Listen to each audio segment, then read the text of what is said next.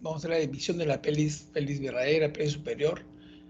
Perdón, verdadera pelvis falsa. ¿Qué es el estrecho superior, medio, inferior? Las articulaciones de la pelvis, los ligamentos de la pelvis, el eje de la pelvis. Vamos a ver nociones sobre la polimetría interna y las relaciones de la pelvis con los diámetros fetales, que son importantísimos en obstetricia. Vamos a ver lo que es los planos de Hoche, los planos de Lee y la clasificación de la pelvis, que es la clasificación de Caldwell y Molloy.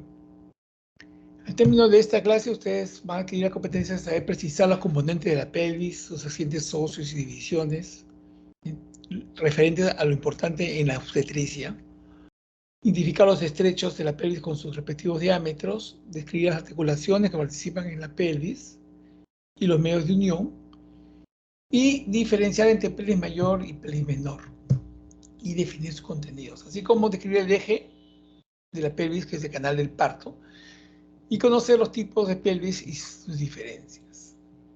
Toda la información de esta clase está contenida, ha sido extraída, mejor dicho, del Tratado de Williams, del Tratado de Obstetricia de Schwartz, y hay diagramas del Atlas de Anatomía de Netter, ¿no? Son clásicos, un Atlas de Anatomía clásico, ¿no? Que todos conocemos. Entonces, la pelvis es la región anatómica más inferior del tronco, ¿no? Es un embudo osteomuscular que se estrecha hacia abajo, limitado por el hueso sacro y el coxis y los coxales por atrás, ¿no? Eso forma la cintura pélvica y los músculos del abdomen, de la pared abdominal inferior y del perineo, ¿no? Van a hacer el límite anterior e inferior, que es el suelo pélvico, ¿no? Y la pelvis se divide en mayor y menor, o sea, pelvis falsa o pelvis verdadera. Hasta aquí vamos a un ratito dejar de compartir la pantalla.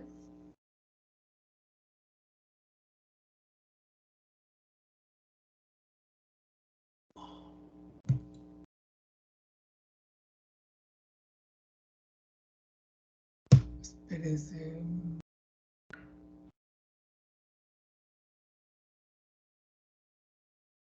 ¿Qué pasó? Ya está bien.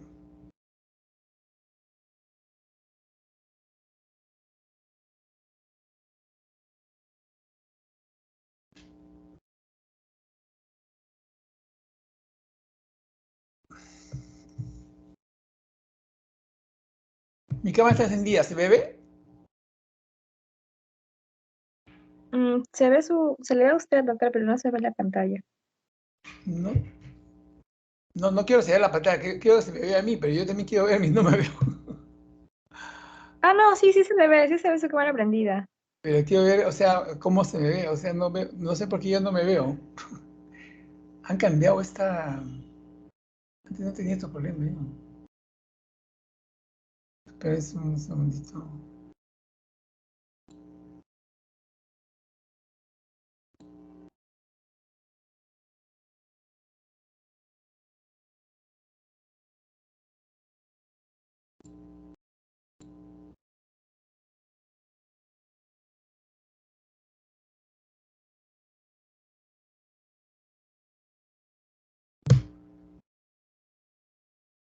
Es que lo que quiero que se me vea no sé por qué no me veo yo. O sea, ¿cómo voy a ver, cómo voy a mostrarles lo que yo quiero mostrarles? Pues si no...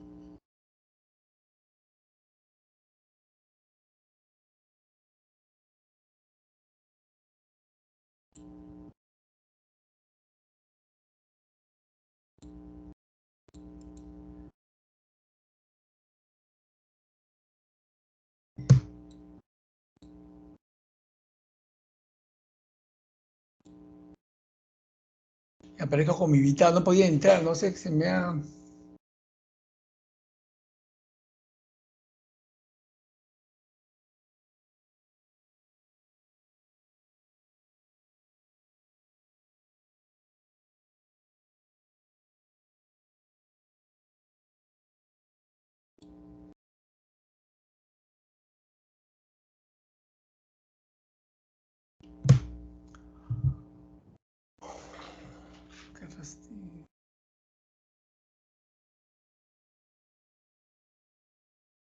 Disculpe, voy a salir, voy a ingresar, ¿ya? Ya, doctor, no hay problema. Doctor, buenas tardes. Doctor, a veces hay una opción, o ya se fue. Si es que entra y no encuentra su imagen, a veces hay una opción.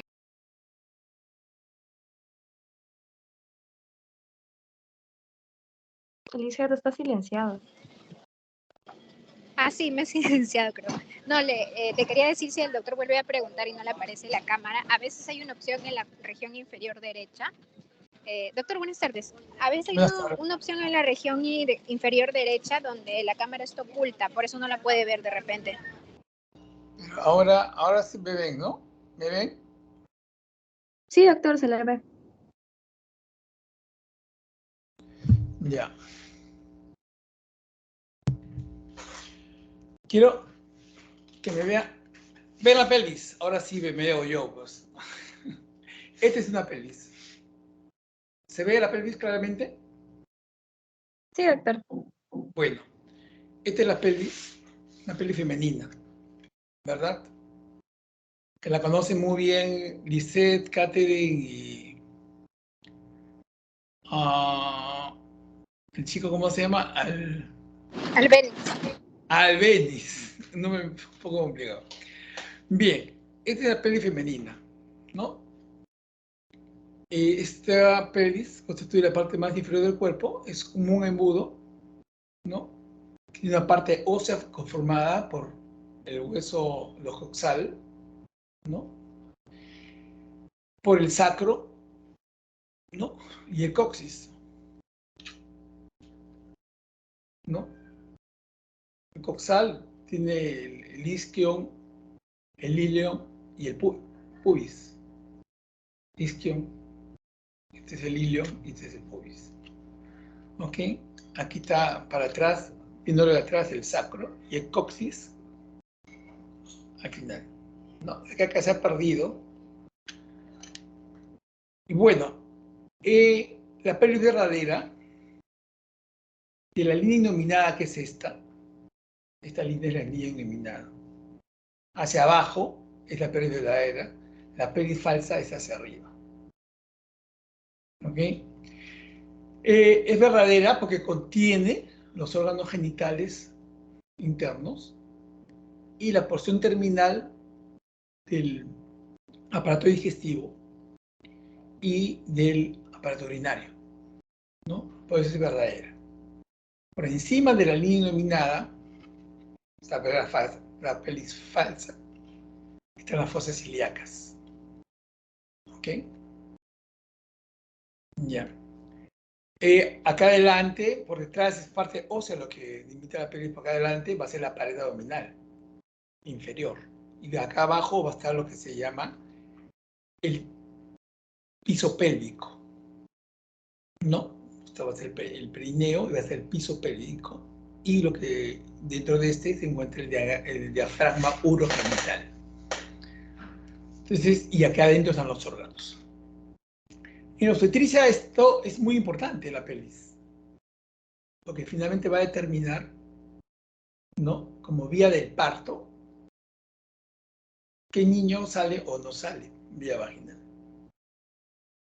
Si nos remontamos al hombre primitivo, ¿no?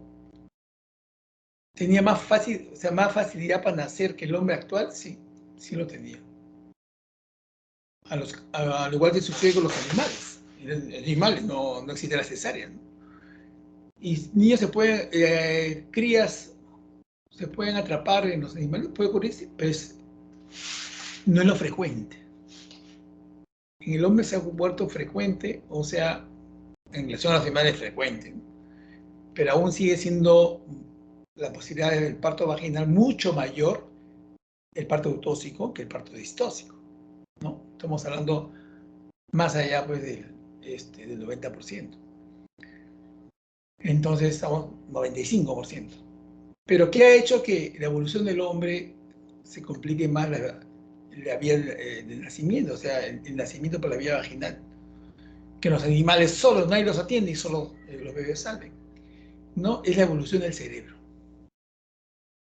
La evolución del cerebro ha hecho crecer la cabeza del hombre y esa evolución no ha ido a una evolución mayor, de mayor amplitud de la pelvis. Por eso viene el problema. La cabeza es la parte más grande del feto. Y la cabeza tiene que hacer una serie de movimientos para poder descender a través de esta pelvis. Y esos movimientos están referidos a ofrecer los menores diámetros de la cabeza, de tal manera que el bebé pueda salir. Lo que ayuda a esa salida es el hecho de que la cabeza del feto tiene huesos que no están fijos. Hay suturas que son móviles, que le dan movilidad a esa cabeza. Entonces la cabeza se puede moldear a la pelvis. Y eso puede hacer que se reduzcan los diámetros. Número uno. Número dos, el bebé va a desarrollar una serie de movimientos para ofrecer los menores diámetros, que se conocen como los movimientos cardinales del trabajo de parto, o los mecanismos cardinales del trabajo de parto, que didácticamente se han subdividido en 7, pero en realidad esa secuencia puede ser simultánea, ¿no? Que va paso por paso. Pero el hecho es que se tiene que cumplir, porque si uno no se cumple, no se produce el nacimiento. Entonces el bebé que está acá llega a término,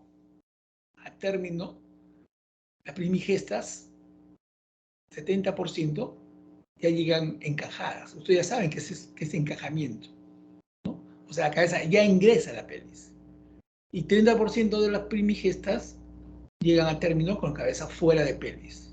O sea, fuera de la pelvis verdadera. Estamos hablando que queda en la pelvis mayor o pelvis falsa.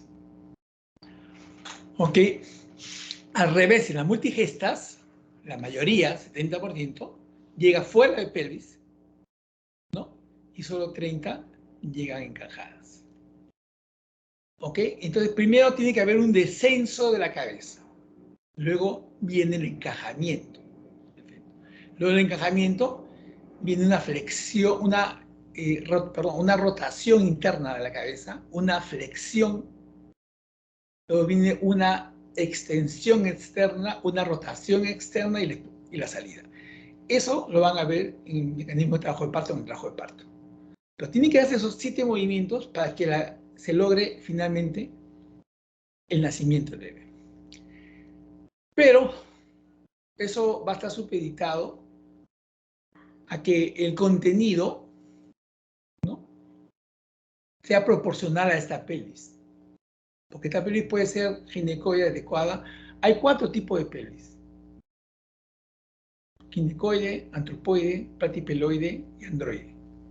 La pelvis que está hecha para que se produzca el parto vaginal, ¿no?, con gran éxito, es la pelvis ginecoide. Y además, pelvis puede haber parto, sí puede haber, pero va a depender del tamaño del bebé. Podría haber una pelvis androide que podría ser, pero depende del tamaño del bebé. La antropoide igual. De la platipeloide es más difícil, ¿eh? Es decir, la que menos posibilidades es mínima. Y va a depender de, entonces, el éxito del parto, del tamaño del bebé y del tamaño de la pelvis. Va a haber momentos en que hay una incompatibilidad entre el feto y la pelvis, obviamente. Y a eso se le llama desproporción cefalopélvica. ¿Eso quién lo va a determinar? El trabajo de parto. El trabajo de parto te va a decir si ese bebé nace por esa pelvis, sale o no sale por esa pelvis. ¿Ya? O sea, a priori, uno puede decir, esta pelvis no es ginecoide pura, porque la pelvis, hay un buen grupo de pelvis que no son ginecoides puras, sino son mixtas. Pueden tener todos los parámetros ginecoides excepto uno. Entonces, por ese uno, ¿no va a salir bebé por parto vaginal? No, puede salir. Va a depender de la proporcionalidad en el tamaño y el tamaño de la pelvis, ¿no? Entonces, la única manera de comprobar que una pelvis es compatible para un feto es sometiéndolo a una prueba de trabajo de parto. No hay otra. Salvo, obviamente, que sea exageradamente grande el feto, ¿no? O el feto sea de tamaño adecuado, promedio, 3 kilos, y la pelvis sea francamente lo que se llama estrecha. ¿no? Exageradamente, que uno sea, no, esto no, imposible. ¿Ok? Puede ser que un feto, por ejemplo, pese 5 kilos. ¿Va a salir por la pelvis? No va a salir.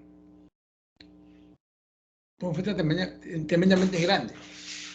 En general se dice que las mujeres que no son diabéticas se les puede dar oportunidad que nazcan por parte vaginal hasta los 5 kilos. El feto pesa 5 kilos. 5 kilos, si uno calcula que un feto pesa 15 kilos, ¿se le puede dar oportunidad de parto vaginal? En la teoría sí, pero eso hablamos de mujeres anglosajonas. O sea, para los anglosajones, hasta 5 kilos mujeres no diabéticas pueden darse la oportunidad de parto vaginal. Y en las diabéticas, máximo 4 kilos 500. ¿Por qué la diabética? La condición de diabetes condiciona que fetos grandes, ¿no? Fetos grandes cuya bienestar puede estar comprometido y por eso reducen en 500 gramos, de 5 a 500 gramos. En nuestro medio, esta indicación de cesárea absoluta, no se hace esa diferencia entre diabéticas y no diabéticas. En general, en todas las instituciones de salud, o sea, en salud, o mejor dicho, y en el MINSA, 4 kilos 500. Cuando lo ves, uno calcula que pesan 4 kilos para arriba, van a cesárea. ¿Ok? Porque en nuestras pacientes, la contextura anatómica de nuestras pacientes es diferente que una anglosajona. Pues, ¿no? Nuestras mujeres tienden a tener talla baja y la talla tiene que ver mucho con el tamaño de la pelvis. A menor talla, la tendencia va a ser que la pelvis sea estrecha. Y el punto crítico, el riesgo aparece del 1,50 m para abajo. Y el alto riesgo del 1,40 m para abajo. Por eso esas mujeres la mayoría termina en cesárea. Siempre y cuando los fetos sean más grandes, o sea, pueden estar dentro del promedio de todas las mujeres, como 3 kilos, pero un bebé de 3 kilos puede ser muy grande para una mujer de 1,40 m.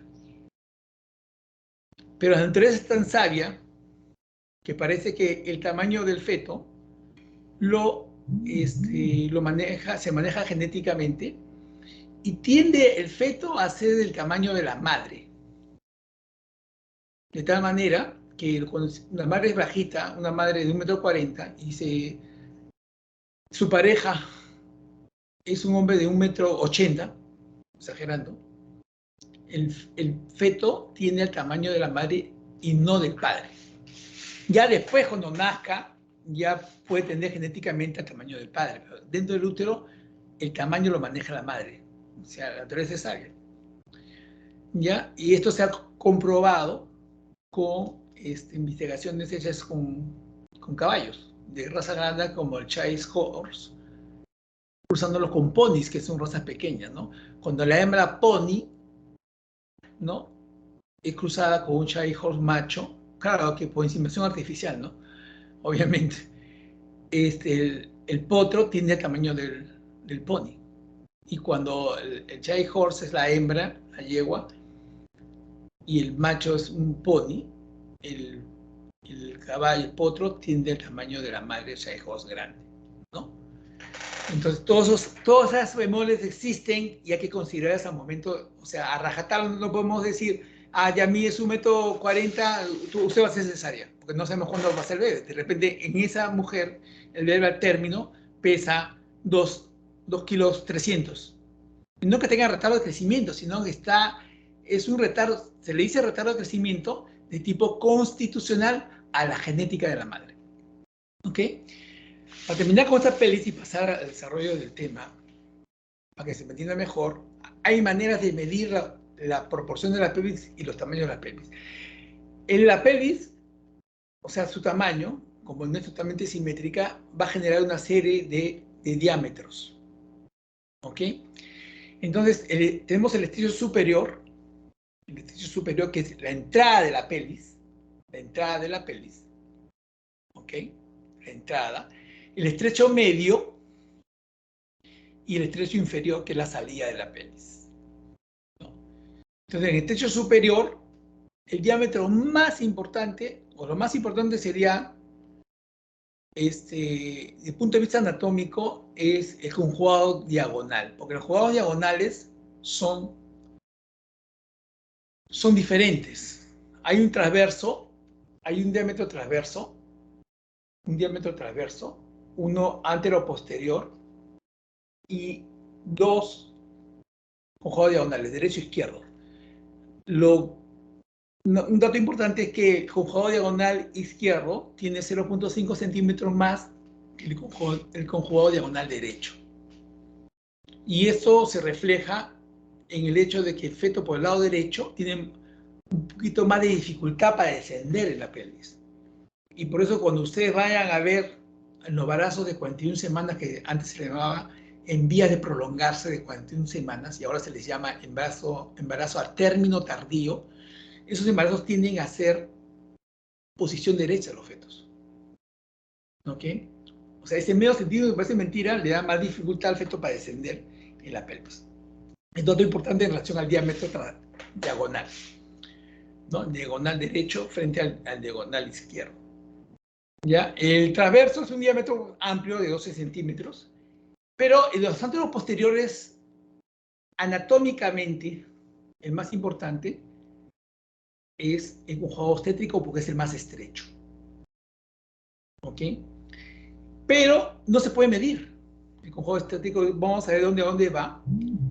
El que se puede medir es el conjugado diagonal, ¿no? El conjugado diagonal consiste, para medirlo, que debe medir más de 12 centímetros, ¿no? En 11.5 se le dice P límite, ¿no? Se debe medir con los dedos, se introduce a la vagina y van a entrar así. Y uno intenta tocar el promontorio del sacro, que nunca lo va a tocar. Entonces, los tocólogos, los obstetras, nosotros nos medimos de aquí a acá, ¿cuánto mide? En mi caso mide 13 centímetros. Es decir, que si yo no toco el promontorio, ese conjugado diagonal es mayor de 12. Pero esto es relativo porque puede haber una chica que tenga menos de 13 centímetros, aunque Lisette también mide su dedo igual que el mío. Pero Caterine mide menos, por ejemplo. Lo medimos el día de la práctica. Usted mídase de acá a acá. Entonces, si a alguno de ustedes le mide, por decirle a 11, una mano chiquita, a 11 centímetros, todas las pelvis nunca van a tocar el promontorio. Podrían medir el promontorio, el conjugado diagonal, medir menor de 12, pero como yo tengo una medida de 11, de repente no lo toco nunca.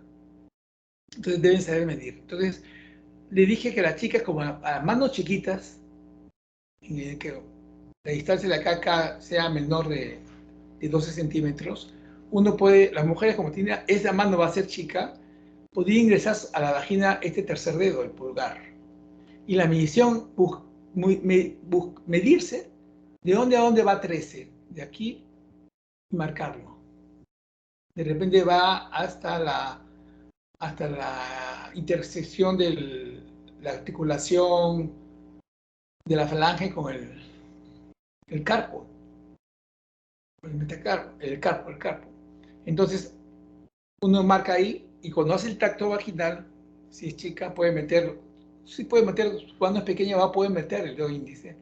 Entonces, hasta donde marca, si llega la mano hasta donde marca la marca y no toca el promontorio, significa que ese conjugado diagonal es mayor de 12. ¿Ok? En el plano medio, vamos a decir solamente los diámetros importantes. En el plano medio más importante, el más angosto, es el biciático. Acá están las espinas ciáticas. Espinas ciáticas. Biciático. Este biciático debe medir por lo menos 10. Pero uno para medirlo por dentro y abrir los dedos no se puede. O sea, yo abro los dedos. Si uno abre todos los dedos, esto es 10. Para medir cuello, dilatación 10, uno sí puede abrir todos los dedos. Pero a mitad de la pelvis, con el tejido de la vagina, todo, puede hacerse complicado. O de repente lo pueden hacer, pero espacialmente uno puede calcular de acá a acá que hay 10 centímetros, sí se puede hacer. La experiencia lo da, pero un parámetro indirecto para saber si esto tiene 10 o más es que las espinas ciáticas en la pelvis ginecoide deben ser romas. O sea, sentir las romas, o a veces sentir dificultad en palparlas. Es diferente cuando uno la siente aguda. Acá, por ejemplo, yo la siento aguda porque acá no hay parte blanda y yo la siento aguda. Esa es una pelvis ginecoide. Y acá la siento aguda, pero no es que sea aguda. Si pone con carne para parte blanda, no la voy a sentir aguda. Entonces, si es Roma, le digo, entonces la distancia debe ser de 10 o más centímetros. Si es aguda, uno siente la diferencia. Cuando es aguda, nunca se van a olvidar. Prominente, entonces, no, esto mide menos de 10.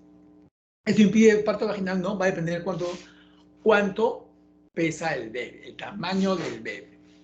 Y en el estrecho inferior, el diámetro más importante de la salida de la pelvis va a ser el diámetro que determina, ¿no?, los isquiones, el diámetro biisquiático.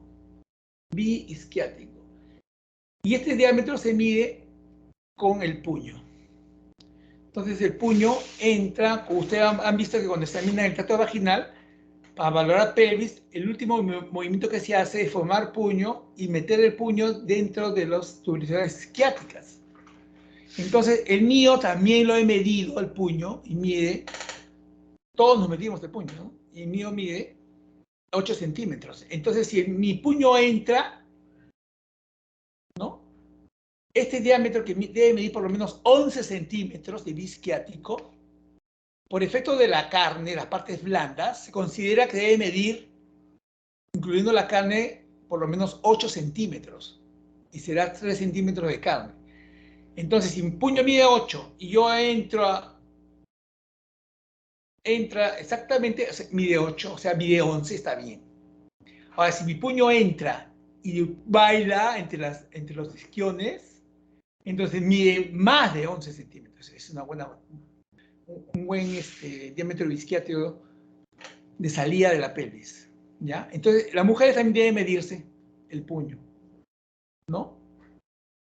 Mídase el puño, porque si mide menos, por decir, si mide 7, entonces debería no solo entrar exactamente, pues si exactamente, ese diámetro isquiático mide menos de 11. Debería medir, si tu mano puño mide 7, tendría que bailar siempre. Tendría que bailar siempre.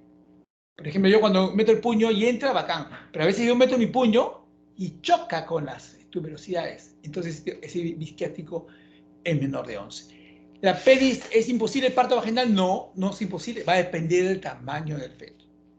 Si el tamaño del feto lo permite. Y lo que va a probar si pasa o no pasa va a ser la evolución del trabajo de parto. ¿Ok? Hay también que considerar una cosa importante, que acá no aparece el coxis. El coxis tiene retropulsión.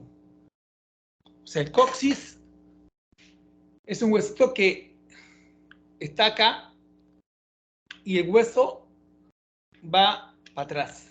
Tiene retropulsión. Y amplía el diámetro. Ese diámetro, que es es subpúbico, subcoxis, que sería el último diámetro, no es más importante. ¿Por qué? Por la retropulsión del coxis. Porque la retropulsión lo agranda y entonces no hay problema. El problema viene cuando el coxis está rígido y no tiene esa retropulsión. Eso, ¿cuándo se ve? Cuando el coxis se fractura. Por eso es importante en los accidentes obstétricos preguntar por accidentes en los cuales la pelvis ha sido comprometida. Porque si la pelvis ha fracturado, la pelvis puede volverse asimétrica y ya se hace estrecha. O de repente se ha fracturado el coxis y el coxis va a perder su capacidad de retropulsión. ¿Ok? ¿Alguna pregunta? Ahora que estoy, porque ya voy a salir de la imagen de la pelvis. ¿Alguna pregunta?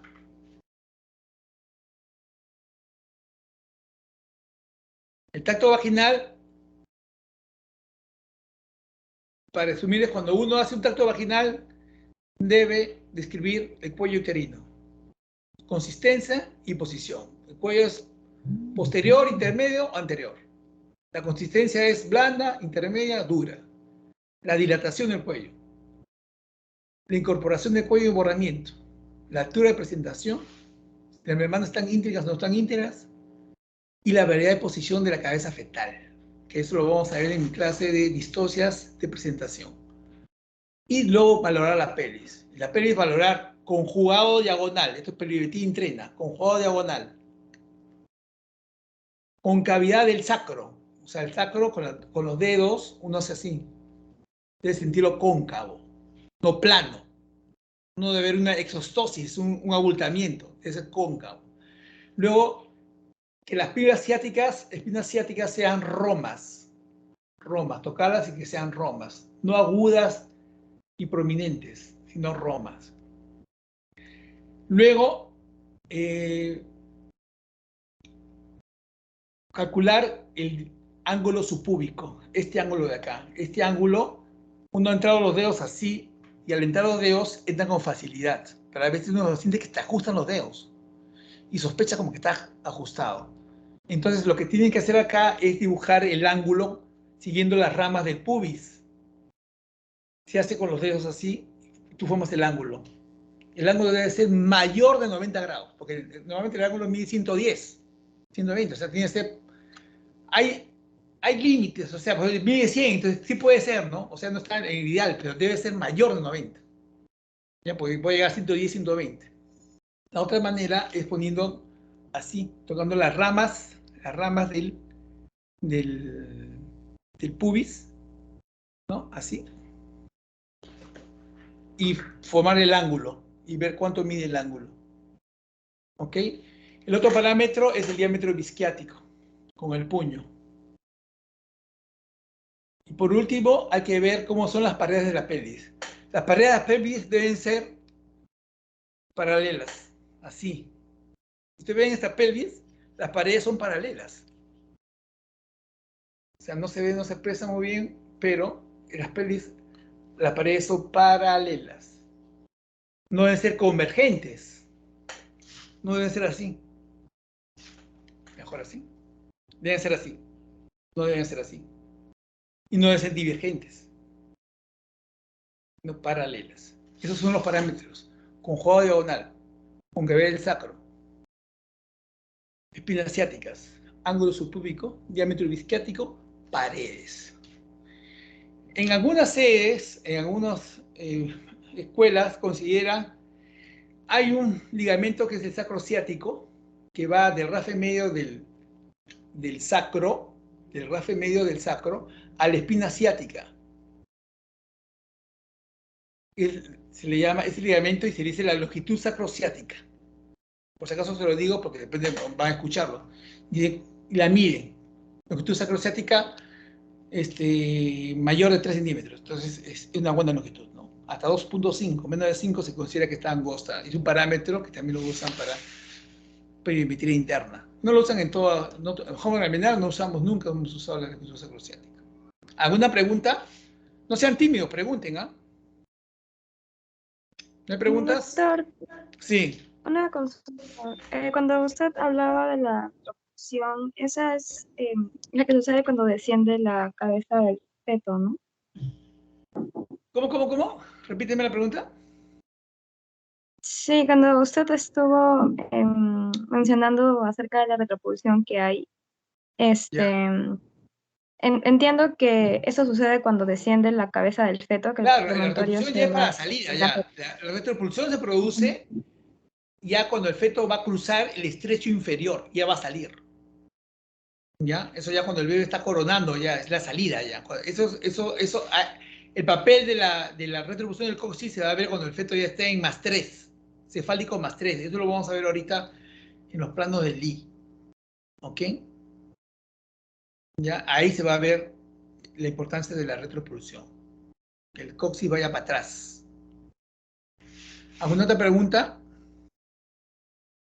¿Todo está claro? Bien, entonces ahora vamos a compartir la pantalla.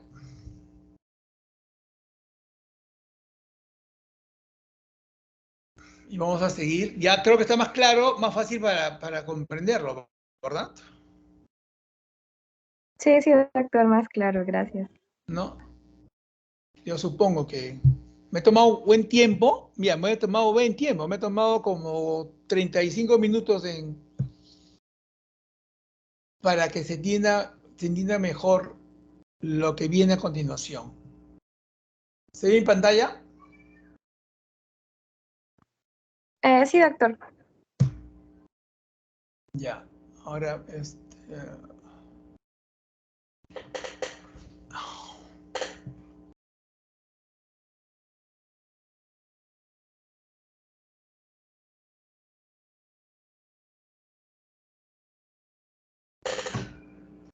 ¿cómo se ha cambiado la configuración de esto? No era así, lo desconozco. ¿Cómo? Doctor, se ve su pantalla, lo que no se ve son las Sí, diapositivas. pues, es que no veo cómo, o sea, lo que no se ve de diapositivas porque no, o sea, ha desaparecido la opción de colocar mis diapositivas. ¿Te das cuenta?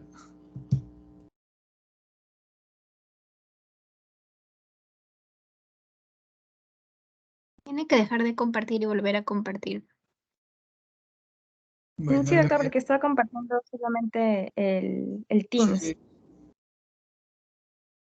Ok.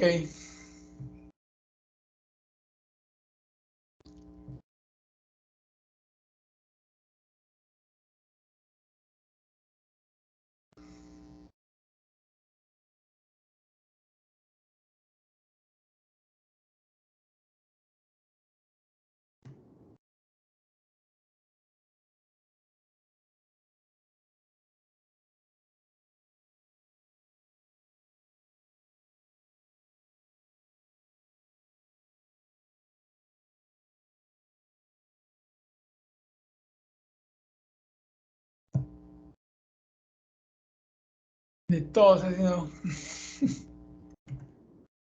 Voy a salir otra vez y voy a entrar, ¿ya? No tengo problemas, ¿ya?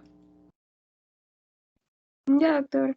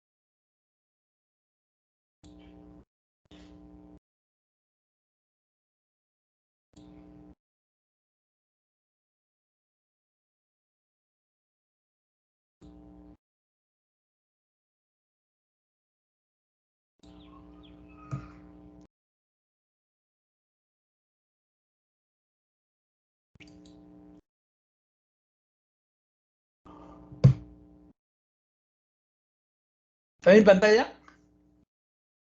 Sí, doctor, ya se ve de pelvis. Ya, ok, linda, gracias. Bien, entonces, ya vimos esto. Acá está lo que hemos visto en vivo y en directo, la pelvis, conformado por los coxales o ilíacos, que son la fusión de tres huesos, ¿no? El pubis, el isquion y el ilíaco. Y forman el hueso coxal. El sacro y el coxis, esos son los tres huesos que constituyen la, la pelvis ósea, ¿no? Los huesos óseos de la pelvis, ¿no? Acá están algunos relieves, algunos accidentes importantes que deben saber, en la base del sacro, las fosas ilíacas. Esta es la línea innominada, ¿no?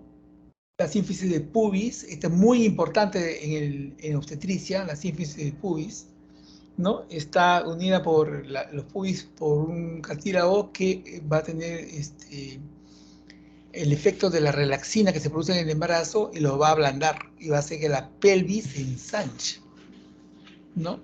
A veces esto puede ocasionar dolor y manifestarlo a la paciente, ¿no?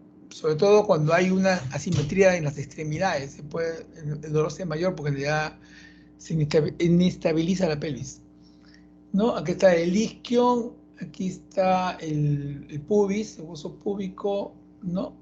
Esos son los acetábulos donde se inserta el fémur, ¿no? El promontorio del sacro, el sacro y el coxis. Aquí hay otros accidentes, no se lo voy a detallar, se lo voy a dejar, ¿no? Acá lo más importante es, todos estos es la espina ciática o isquiática, también se le dicen, por si acaso. Este es el número 17. ¿Ok? Por la cara interna, no se lo voy a manifestar. Acá está la pelvis verdadera y la pelvis falsa. La pelvis falsa sobre encima de la línea nominada, la pelvis verdadera por debajo, ¿no? Ya hemos dicho que contiene los órganos genitales, la parte terminal del aparato digestivo, la parte terminal del aparato urinario. ¿Ok? La límite superior está el promontorio y las alas del sacro, la cresta pectínea, la línea nominada y los bordes superiores del pubis, ¿no? El plano de salida de la pelvis es el techo inferior de la pelvis, ¿no? Donde está acá, y acá sí se ha dibujado, el piso pélvico, ¿no? ¿Ok? Y la pelvis falsa está para arriba, ¿no? El límite posterior son las vértebras lumbares, y los límites laterales son las fosas ilíacas, y el límite anterior es la porción inferior de la pared abdominal anterior. ¿Ok? Entonces aquí está pelvis mayor, pelvis menor. Acá están los genitales, como he dicho, la parte terminal del aparato digestivo y el aparato urinario, ¿no? La pelvis verdadera, ¿no? Están nuevamente los diámetros, no vamos a insistir en ello. Y vamos a pasar a ver el estrecho superior, ¿no? El estrecho superior es la entrada de la pelvis, ¿ok? Está limitada por la rama superior de la sínfisis del pubis, en la porción anterior, lateralmente por la línea iliopectínea, ¿no? La línea innominada, y posteriormente por la porción superior del sacro, ¿no? Entonces acá vemos, por ejemplo, acá en este esquema, vemos que el bebé está ingresando a la pelvis menor, ¿ok? Cuando cruza este estrecho superior, el diámetro biparietal, que acá está en verde, ¿no? Este diámetro cruza el estrecho. Esa es la definición de presentación encajada. Eso no se olviden. Cuando se dice ya encajó, no tiene que ver, porque algunos dicen, creen que es por la relación entre el diámetro biparietal y las espinas ciáticas. No, no, no, no. O los planos de Lee, ¿no? Es verdad que cuando el diámetro biparietal cruza el estrecho superior, ya se dice que la presentación está encajada. Y cuando ello sucede, la cabeza se pone fija. Cuando ustedes hacen la maniobra de Leopold, la tercera maniobra de Leopold, que determina presentación y grado de descenso de la presentación en la pelvis, la tercera maniobra de Leopold, uno dice, cabeza móvil, fuera de pelvis. Cabeza semimóvil o semifija, se dice cabeza insinuada. Pero cuando la cabeza está fija, no se mueve nada, uno dice cabeza encajada. ¿Qué significa? Que el diámetro biparietal ha cruzado el estrecho superior. ¿Ok? Ahora, cuando está encajada, si uno lo relaciona a los planos de Lee, equivale a decir que está en 0, -1 o -2. No se va a poder saber hasta que no se haga un tacto vaginal. Cuando la cabeza está insinuada, o sea, semimóvil, uno dice que la cabeza está en -3. Y cuando está fuera de pelvis, la cabeza pelotea, fuera de pelvis, la cabeza está -4. Y acá están los diámetros de la pelvis superior que determinan, ¿no? El transverso, ¿no? El diámetro transverso que por lo menos mide 12 centímetros a 13 centímetros, ¿no? El anteroposterior, ¿no? Y los oblicuos, el derecho y el izquierdo. Y hemos dicho que el derecho tiene 0.5 centímetros menor que el izquierdo. Esos son los diámetros superiores, ¿ok? Y es una de las razones por qué los embarazos, posición derecha del feto, son los embarazos que llegan a 41 semanas. Son los que el parto es un poco más lento que el trabajo de parto de un feto que está en posición izquierda. ¿Ok? Y los diámetros anteroposteriores del estrecho superior son estos, los que están, estos tres primeros. Entonces tenemos el conjugado verdadero, el conjugado obstétrico y el conjugado diagonal. El conjugado verdadero, 11 centímetros. El más importante, porque es el más estrecho, es el conjugado obstétrico, que mide, como dice acá, 10.5 centímetros, 10.6 centímetros. ¿Ya? Pero anatómicamente es el más importante porque es el más estrecho, del estrecho superior. Pero clínicamente el más importante, ojo, pestaña y ceja, clínicamente el más importante es el conjugado diagonal, que debe medir, va de 12 centímetros, acá dice 12.5, ¿ya?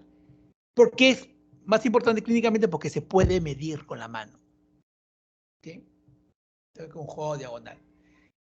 Este conjugado diagonal también es el que define la pelvis límite. Cuando ustedes van a escuchar en algún momento pelvis límite, esta pelvis límite, no significa que está en el límite, es estrecha o no estrecha, no.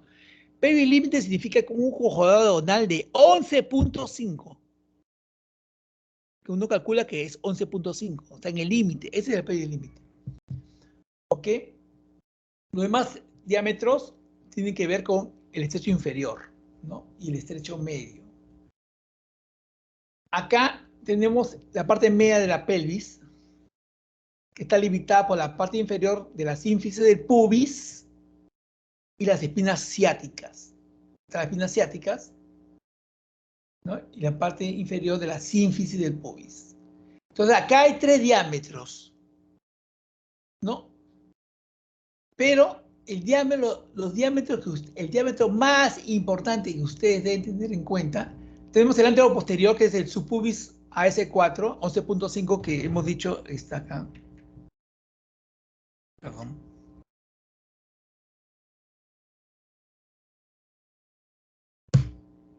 Ya, que es en el plano medio, subpubis S4, este de acá, subpubis S4. Este diámetro anterior posterior de la excavación, esto tiene importancia porque es grande, pero 12.75. Este es sí 11.5. ¿Ya? Ese es anterior-posterior. Y el otro importante es el diámetro, perdón, biciático. Biciático. También le dicen espina isquiática, ¿ya?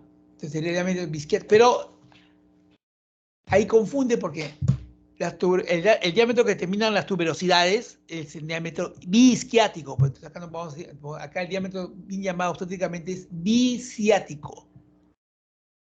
En obstetricia, en anatomía pueden encontrarlo como ustedes como espinas isquiáticas. Pero obstétricamente nosotros decimos espinas ciáticas porque determina el diámetro biciático, que es mínimo 10 centímetros. ¿Ok? Y el estrecho inferior de la pelvis, ¿no? Tenemos el diámetro más importante, es el biisquiático.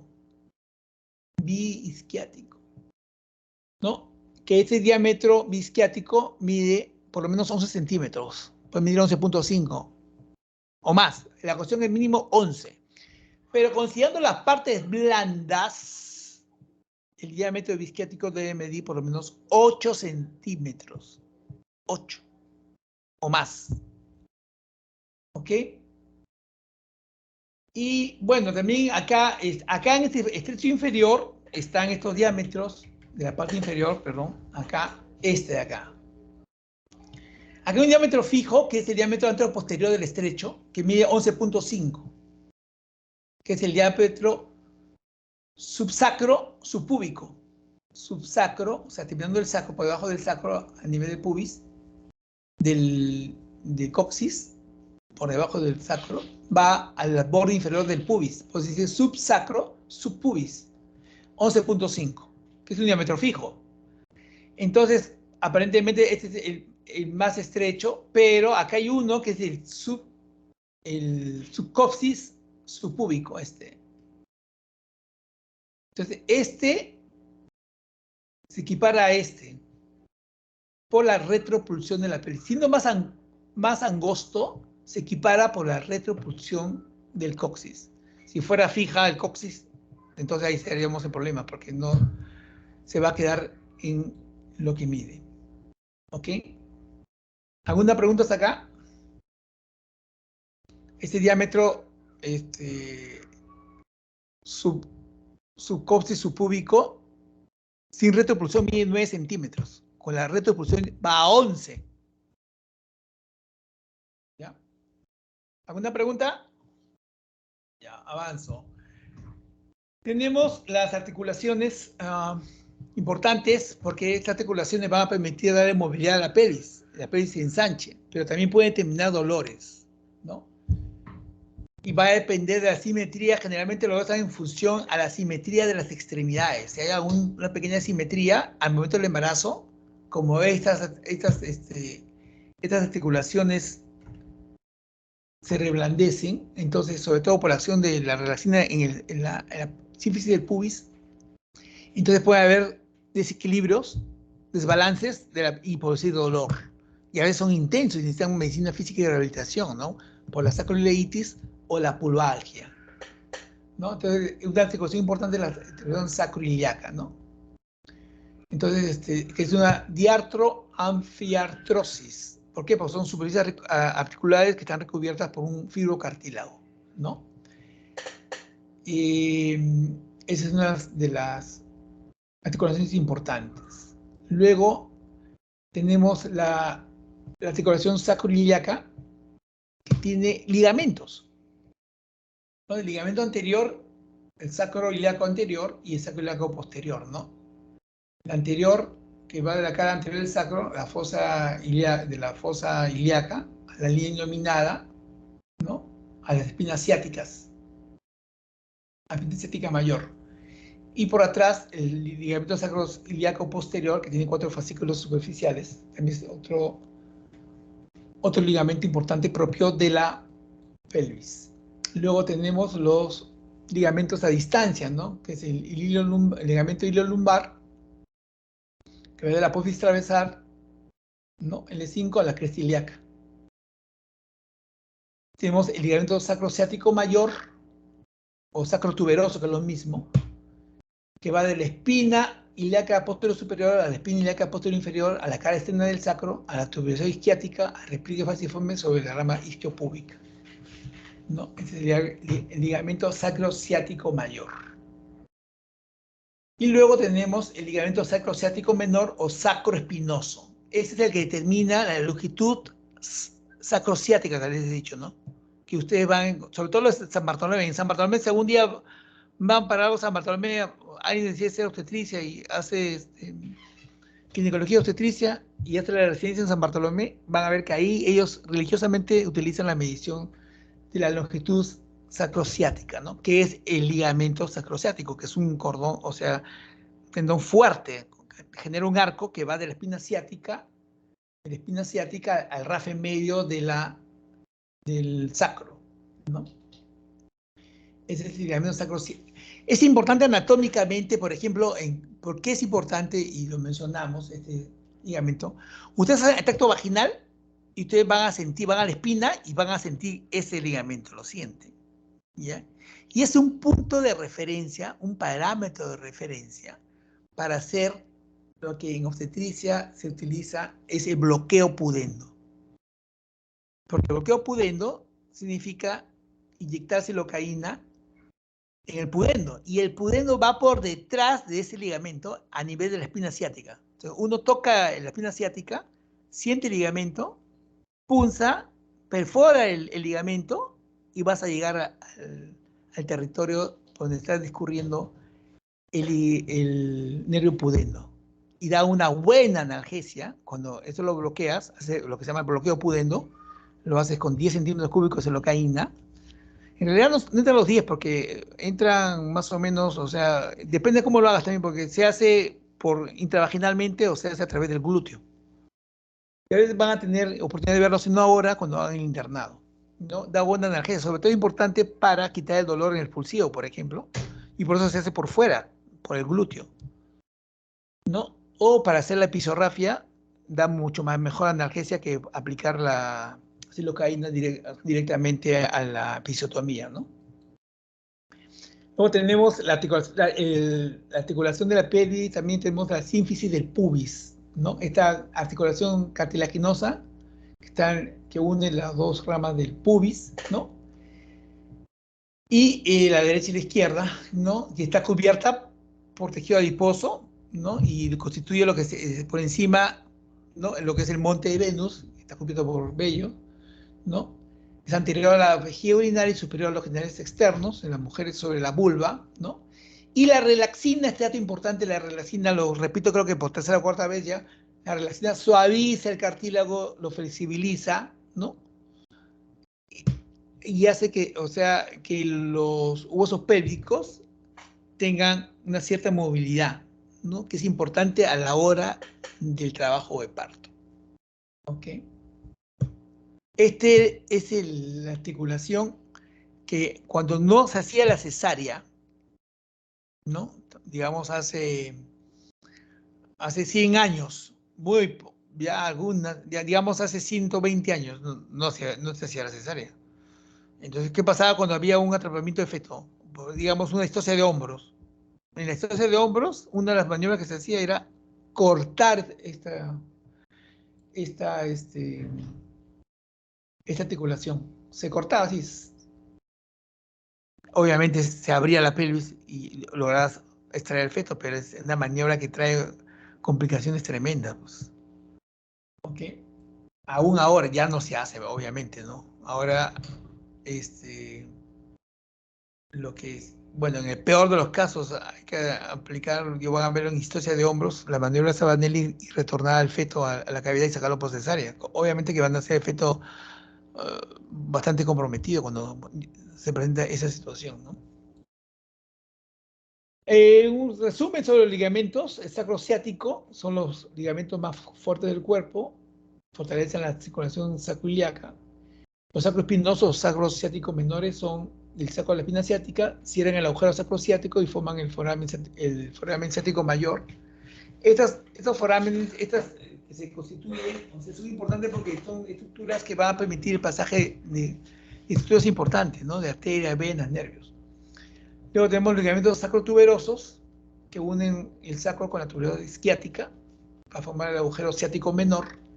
Y tenemos el ligamento de Cooper o ligamento pectíneos, ¿no? Es una estructura importante desde el punto de vista quirúrgico, el ligamento de Cooper.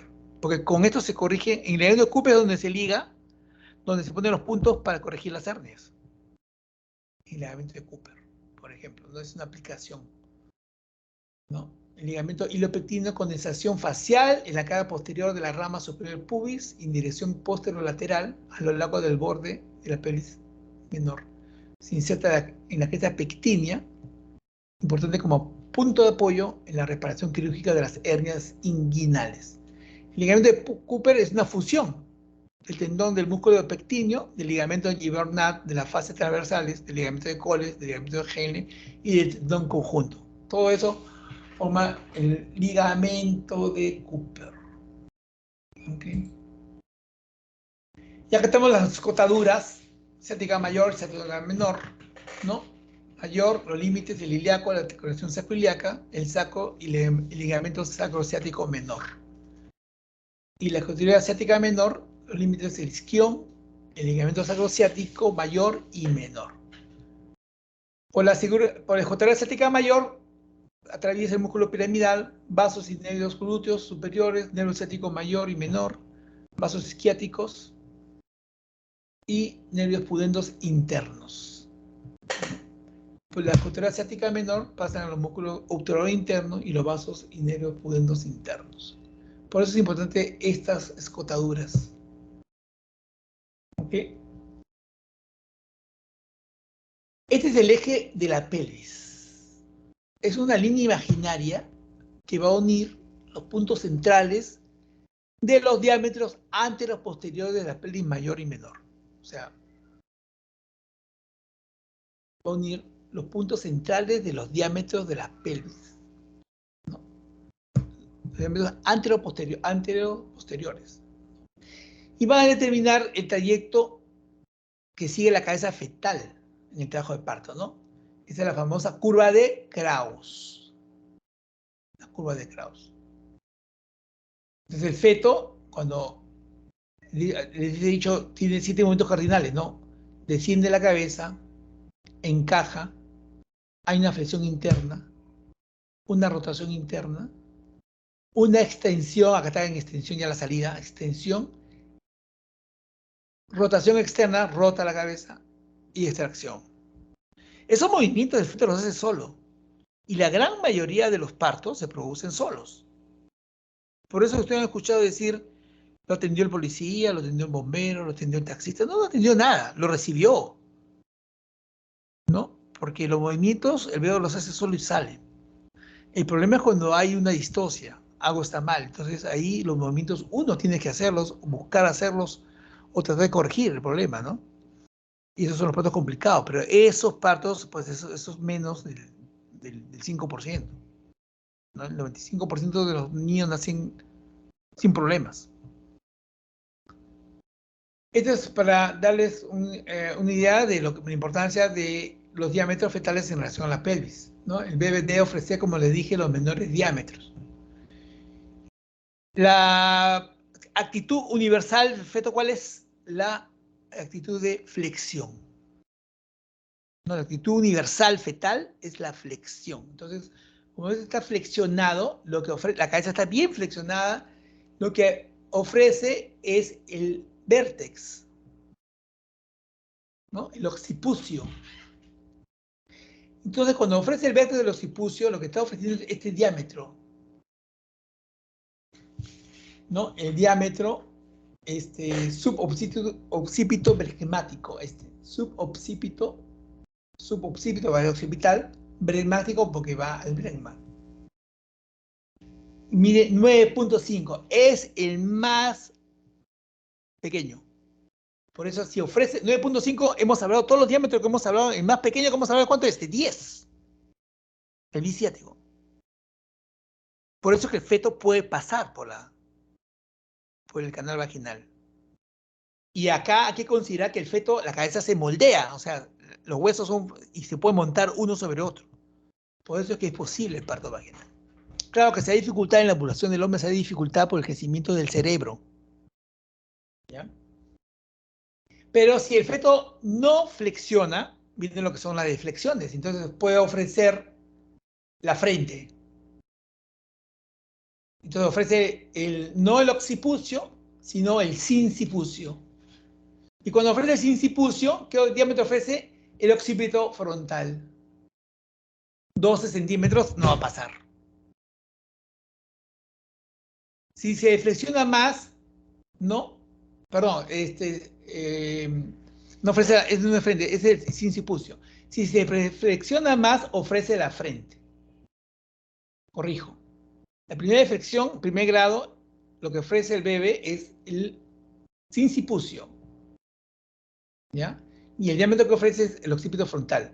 Esa es la posición de militar, o mirando de frente. El diámetro que ofrece es el occipito frontal, 12 centímetros, la cabeza, el feto no sale.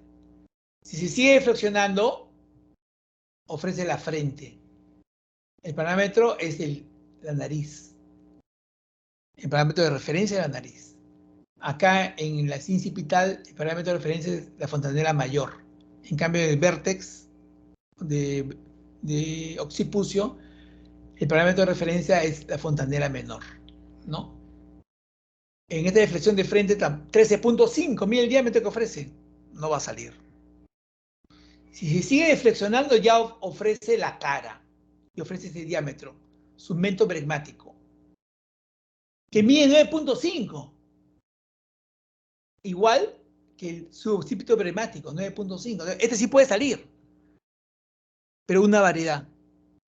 Cuando el mentón va al pubis, o sea, la mento anterior. Pero si el mentón va al sacro, la mento posterior, esa no sale. ¿Por qué no sale?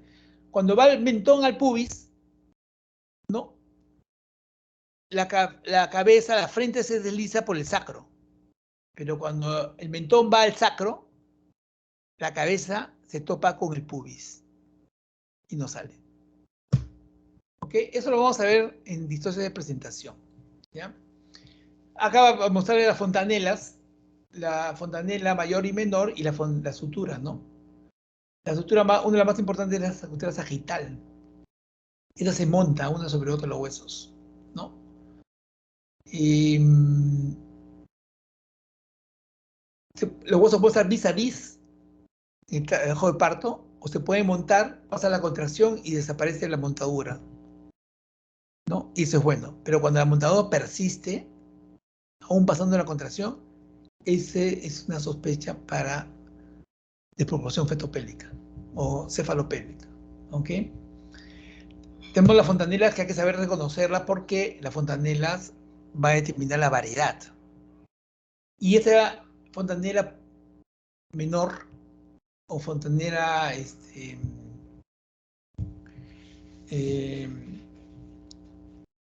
lanoidea es chiquita, un triángulo chiquito. Es imposible que te confundas con la fontanela mayor o bregmática, porque es un rombo y es mucho más grande. ¿Ok? Yo les aconsejo que hagan, cuando estén ya en el curso, cuando pueden a ver recién nacidos, que están ahí de un día, recién nacidos de horas, están ahí en sus cunas, con sus mamás, se laven las manos y vayan a tocarle la cabeza y palpen las fontanelas. Pregúntenle a Lisette, a Catherine y a Albenis cómo se hace. Ellos le van a explicar gustosamente. Ok. Acá perimetría, ya no hemos visto esto. Va a medir con juego diagonal, ya saben cómo se mide. Con juego diagonal. Las chicas con manos pequeñas pueden meter el dedito y medirse con mayor facilidad. Acá con juego diagonal, acá para ver las escotaduras o ligamentos sacrociáticos. Eso es lo que les digo que hacen en San Bartolomé, ¿no? Medir la longitud sacrociática, o sea, la distancia que va de la espina ciática al rafe medio del... Y acá está el ligamento sacrociático. Se siente ahí. ¿Ok? Luego tenemos el ángulo subpúbico. A ver, los dedos. Los dedos deben entrar con facilidad. Si bailan mejor. Si bailan mejor. Si hay duda, se dibuja el ángulo con los dedos. O con una sola mano. Luego vamos a ver. El bisquiático con el puño, como hemos dicho, ¿no? La concavidad del sacro. Y acá está lo que les decía. Abrir los dedos y formar 10 centímetros entre las espinas ciáticas es difícil. Pero espacialmente, en la mente, uno tocando de un lado y yéndose al otro lado, la experiencia te puede dar, calcular hacia acá hay 10 centímetros. Tocando de un lado y yendo al otro lado. Hacia acá hay 10. Pero eso es lo que va a dar la experiencia. Una manera indirecta es ver que esta espina ciática es Roma, debe ser Roma. Cuanto más aguda, más prominente, es más probable que el diámetro biciático sea menor. Acá, lo que le decía, medir la emisión del ángulo subpúblico, el moldeado del Selskane. 90 a 110 grados debe medir. Ah, perdón, yo me equivoqué, le había dicho 110. 90 a 110 grados debe medir el ángulo subpúbico. 90 a 110. O sea, debe ser mayor de 90. ¿Okay?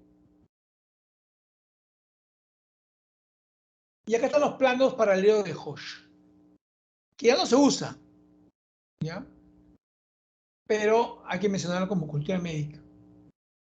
Es un sistema de coordenadas obstétricas que nos permiten situar la presentación durante el trabajo de parto de la cabeza fetal, ¿no? El primer plano es una línea imaginaria entre el promontorio y el borde superior de la sínfisis de pubis. Una línea imaginaria. Este es el primer plano de Hoche. El segundo plano es una línea paralela a esta línea que va a pasar por el borde inferior del pubis. Es el segundo plano de Hoche.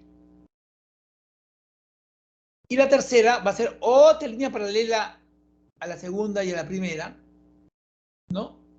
Y que pasa a nivel de las espinas ciáticas. Entonces, el tercer plano de Hoche, si algo deben saber, que coincide con el plano cero de Lee. El plano cero En realidad está mal dicho DELI, es con el plano 0 de DELI, porque el tipo se llama DELI. Entonces uno debería ser en el plano 0 de DELI.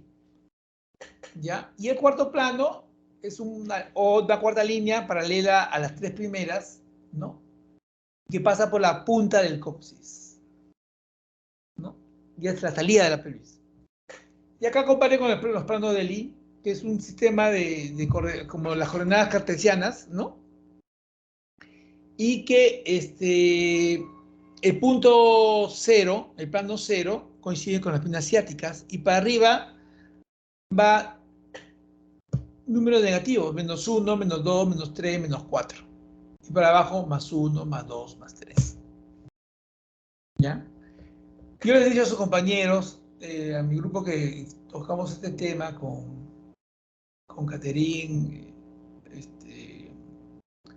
Albeniz y Lisette, que es una manera práctica de calcular la altura de presentación, cuando uno habla de altura de presentación, que es uno de los requisitos fundamentales de consignar al momento del tacto vaginal en trabajo de parto, es la altura de presentación. Uno consigna, hemos dicho ya, varios datos. El cuello, posición, si es anterior, posterior o intermedio. Generalmente el cuello empieza como posterior, se va haciendo intermedio y se hace anterior. ¿Ya? Luego la consistencia del cuello es blanda, dura o es intermedia. Y luego ya viene la dilatación, la incorporación y la altura de presentación. También viene las membranas están rotas o íntegras y la variedad de posición. En la altura de presentación, acá les digo, ustedes introducen sus dedos a la vagina y van a sentir esta espina. Si usted no puede meter el dedo entre la espina y la cabeza, está en 0. Si no puede meter el dedo entre la espina y la cabeza, está en 0. Si usted puede meter un dedo, va a estar en -1. Si meten 2, va a estar en -2. Si meten 2 y baila, va a estar en -3. Si meten los dos, baila y la cabeza la puede empujar y se va para arriba, -4. ¿Ok? O a veces no tocan la cabeza. Eso es -4, fuera de pelvis. Está tan alta la cabeza que no la tocan. Así de fácil. Esa es la mejor manera.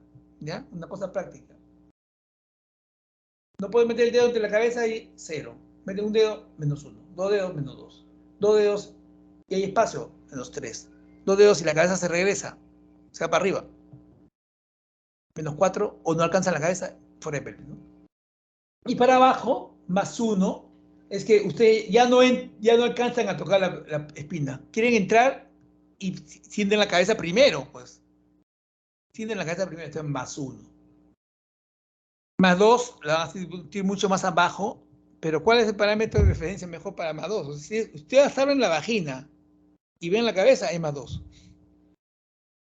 Si no abren la vagina y ven la cabeza, es +3. ¿Okay? Porque después de eso ya viene el coronamiento. Los tipos de pelvis, según Caudo y Malloy, es una clasificación que continúa. Es ginecoide, que es el 50%, antropoide, 25-30, androide, 15-20, platipeloide, 5%. Esto no es tanto que sea así, pero que hay una pelvis que se llama mixta, y hay algunos que dicen que la pelvis mixta es la más frecuente. ¿Ya?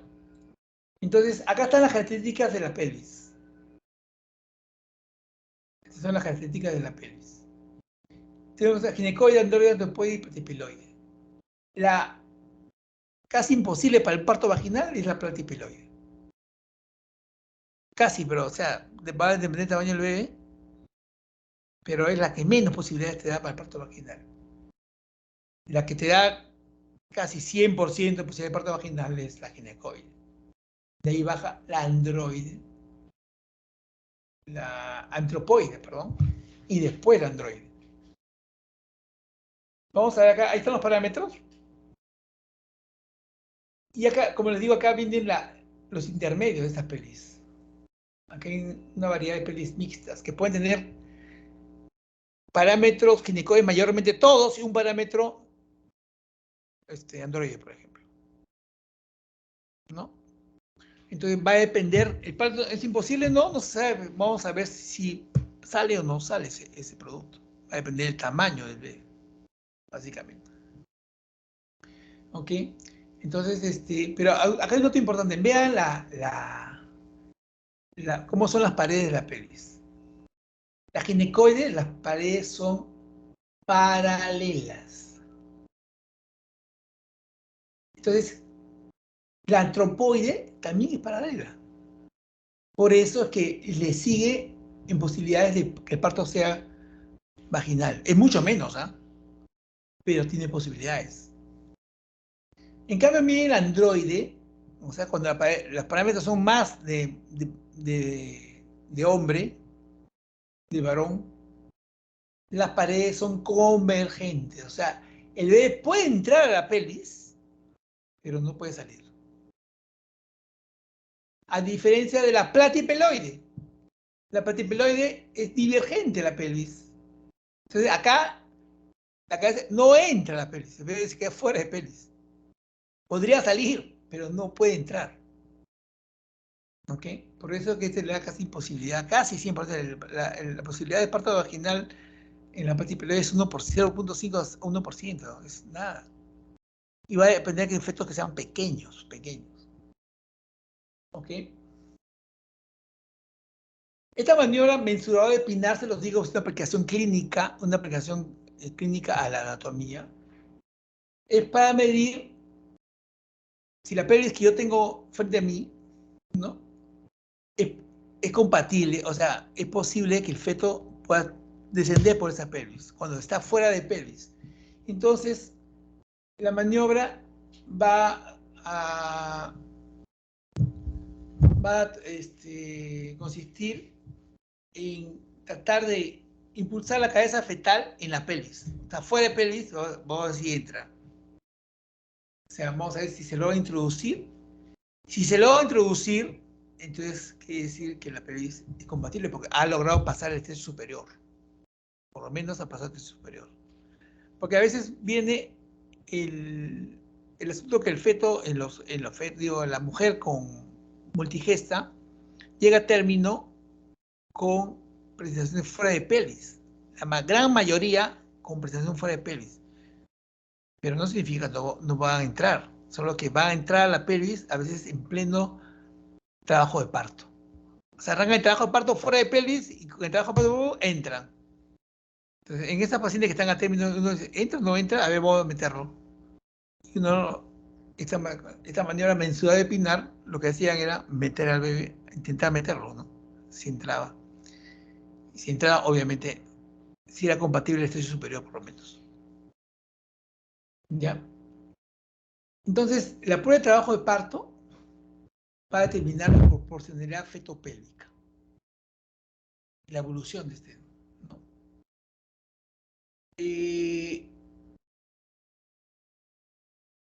Porque el trabajo de parto, finalmente lo que te va a determinar cuánto es que desciende el feto y cómo avanza el feto dentro de la pelvis, ¿no? Y va a depender de varias cosas. Uno, va a depender de la forma de la pelvis, de los diámetros de la pelvis, va a depender del tamaño del feto, pero también del motor. ¿Quién va el motor? Las contracciones uterinas, ¿no? Entonces, por eso que hay una serie de distocias. Hay distocias de contracción, hay distocias de presentación, distocias por malas rotaciones, distocias por malas presentaciones. Todo eso va a influir. Todo eso se va a poder determinar si sale o no sale el bebé a través de una prueba de parto, ¿no? Entonces, va a ir amarrado, va a ir ligado el éxito del parto al móvil fetal, el móvil, pues también se llama distosia de móvil, ¿no? Y el móvil tiene que ver con el tamaño del feto, con la actitud del feto, si está flexionado o no está flexionado. Va a tener que ver con la moldeabilidad de la cabeza fetal, que tanto se moldea o no se moldea, y si rota o no rota, si flexiona o no flexiona, ¿no? y finalmente por el papel de las fuerzas expulsivas, de las contracciones, porque a veces todo está bien, feto promedio, 3 kilos, el feto ha entrado bien a la pelvis, todo, y el parto se aguanta. Y el útero no responde. Una oxitocina, vamos a acentuar, no responde, no responde, no responde, y termina cesárea. ¿En quién pasa eso, por ejemplo? En las obesas. La obesidad mórbida, por ejemplo, el feto no es grande, porque hay obesidades mórbidas con fetos, pues, la madre mide, pesa 120 kilos y el feto también pesa 5 kilos. Obviamente, ahí es clara la distocia, ¿no? Pero a veces no. A veces la madre 120 kilos y el bebé pesa 3 kilos. Pero sin embargo, el parto no, todo está bien. Pero no, las contracciones nada. Por más que un aumento de oxitocina, nada. Entonces, ahí es un problema de distocia de contracción. Ahora, ¿por qué pasa eso en las obesas? Porque la grasa de las obesas, al parecer, secuestra oxitocina. No la deja actuar. ¿Ok? Bien, eso fue todo. Vamos a hacer las conclusiones de esta clase. ¿Cuáles serían? La pelvis es la región anatómica más inferior del tronco, posee una estructura ósea con una envoltura muscular a manera de embudo. Dependiendo de las medidas y relaciones entre los distintos relieves óseos de los huesos pélvicos, se constituyen 4 tipos de pelvis: ginecoide, antropoide, androide y platipeloide. La pelvis ginecoide es la más adecuada para la evolución espontánea del parto vaginal. Durante el embarazo, la pelvis se convierte en el elemento más importante del cuerpo de la mujer, pues contiene al feto durante todo el embarazo y se modifica para permitir el nacimiento, gracias a que posee una articulación cartilaginosa, la sínfisis del pubis, que permite flexibilizar a los huesos pélvicos a la hora del parto. Esto es importantísimo, este papel de la relaxina en el cartílago de la sínfisis del pubis. En la determinación de una proporcionalidad fetopélvica adecuada, hay que tomar en cuenta los factores estáticos, o sea, la pelvis, y los dinámicos, el móvil fetal, ¿no?, que intervienen en el mecanismo del parto. Bien, muchas gracias. Ahora, preguntas. ¿Hay preguntas o no hay preguntas? No sean tímidos, ¿no? Doctor, de los 4 tipos que mencionó de la pelvis que puede haber, Ya. ¿cuál de estos, digamos, sería como indicación para que se haga una cesárea?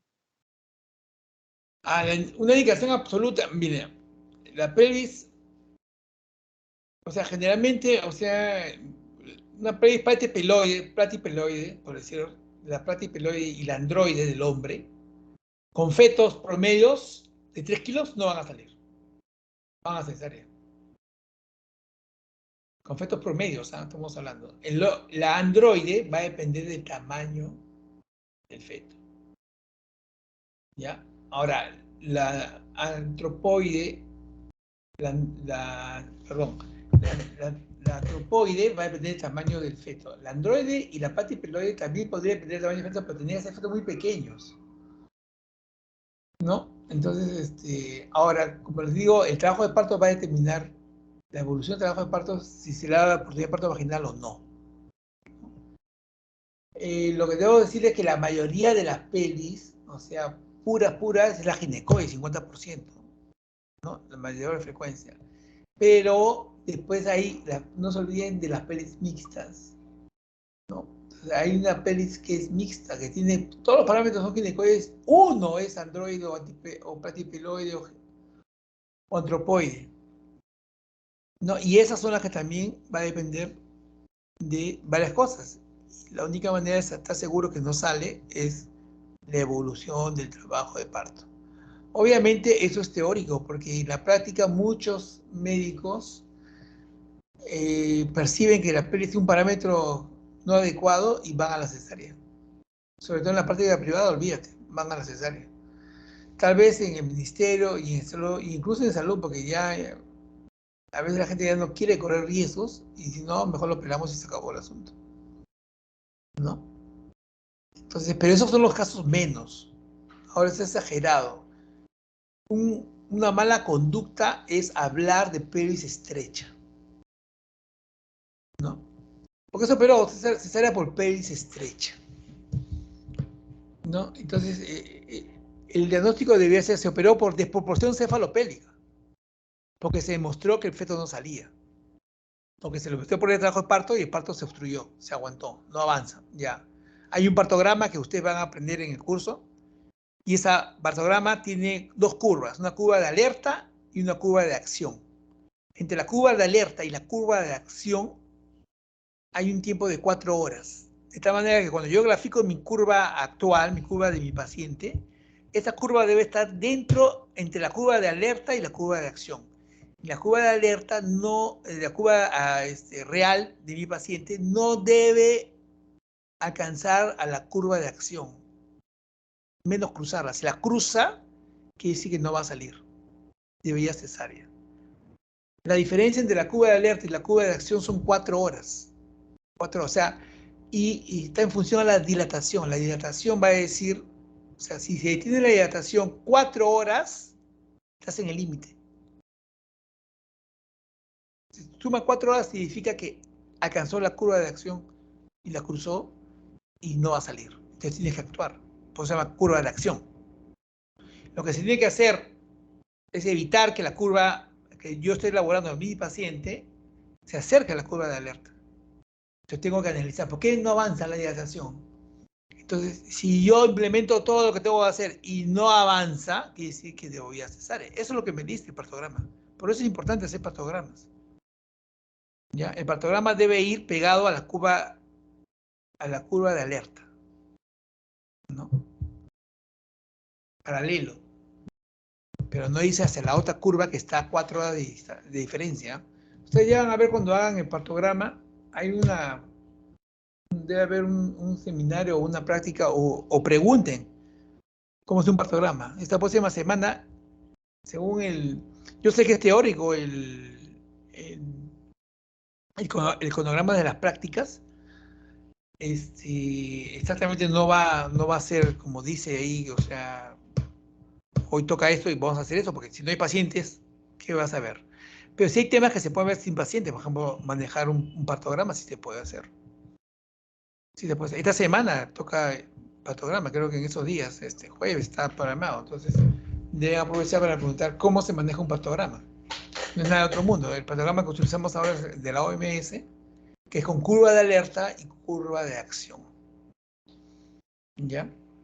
¿Alguna otra pregunta?